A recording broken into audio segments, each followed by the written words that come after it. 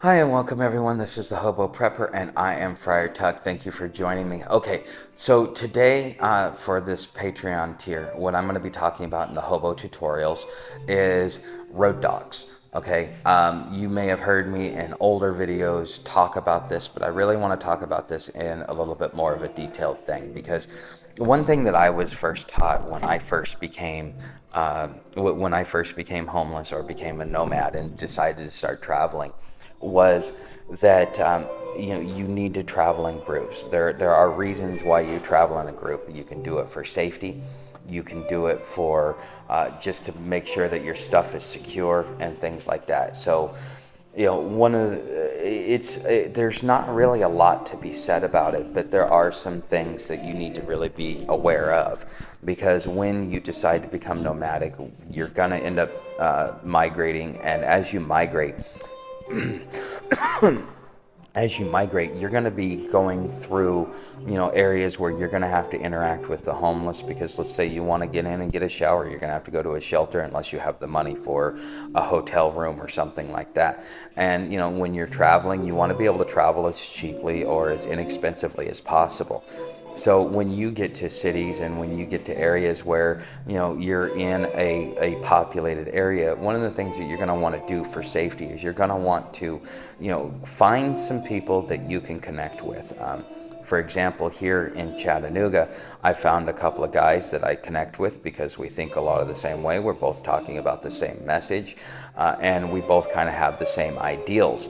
And they keep an eye on my stuff, I keep an eye on their stuff. Like if you want to go out and have a cigarette, or if you need to go to the bathroom, or if you need to go do something and you can't take your gear with you, having somebody there to be able to keep an eye on your stuff, it becomes mutually beneficial. You as individuals, you have certain vulnerabilities, but by being able to work with other people that are like-minded, or that at least that you can work with, that is going to improve your safety and improve your overall experience. And also another thing is you also have the ability to share resources. So there are things that I need that I can't provide because I don't have the money for it. Well, one of these guys has the money for it and can take care of it. So what do? I share my resources because they are going to share their resources. Now, sometimes you're going to need to be upfront with it and be like, okay, let's work with this together. I've got this, you've got that. I'll share mine with you if you share yours with me.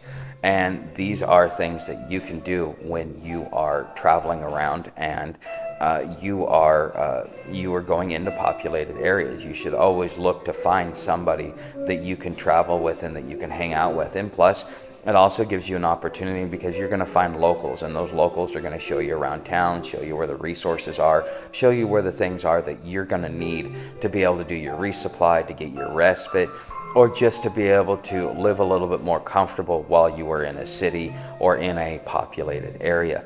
So having a road dog or finding somebody that you can hang out with and become friends with, and it may be temporary. So these guys know that I'm only going to be here till March, but we're going to hang out until March, and I'm going to share my resources and they're going to share their resources, and they're going to show me around, and I'm going to impart some of my experience and some of my knowledge, and we're going to work together as a group. Because whether you realize it or not, just because you're a nomad doesn't mean that you're all on your own. It doesn't mean that this is a solo trip. In some ways it is. Like when you're traveling between cities, especially if they're not going in the direction you're going, you're gonna be on your own. But the ability to be able to work in a community, to work in groups, is going to be very important to your overall survival as a nomad, as a traveler, as somebody who's going to be moving around the country or moving around a region. Because you as an individual, you can't do it alone. I mean, you could, but it's going to be much harder. Now there are times when you need to just keep to yourself, because sometimes you get into an area where it's like, there's just nobody I can connect with, nobody that I feel that I can trust to keep an eye on my stuff.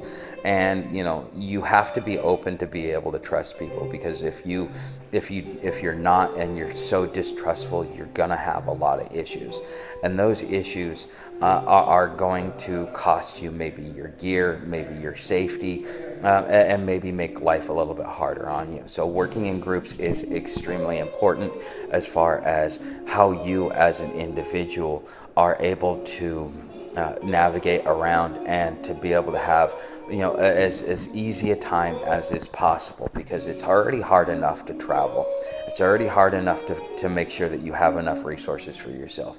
It's hard enough to do a lot of these things. It's not, I could tell you it's easy, but I would be lying to you, because it's not easy. Even hiking was not easy, because I had to make sure that I rationed myself so that I could get between cities, so that I could make sure that I was taken care of out on trail.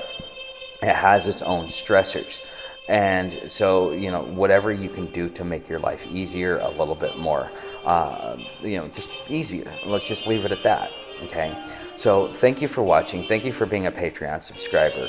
And, I would like to encourage you to become a Triple Crown member, because I think that the constitutional section is going to be as valuable to you as the hobo tutorials and the behind the scenes.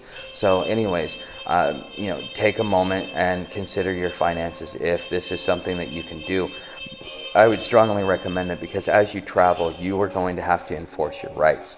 And understanding your rights, not only within the Constitution, but just legally how to be able to navigate and enforce your rights is very important. So anyways, guys, thank you for watching, and I will see you in the next video.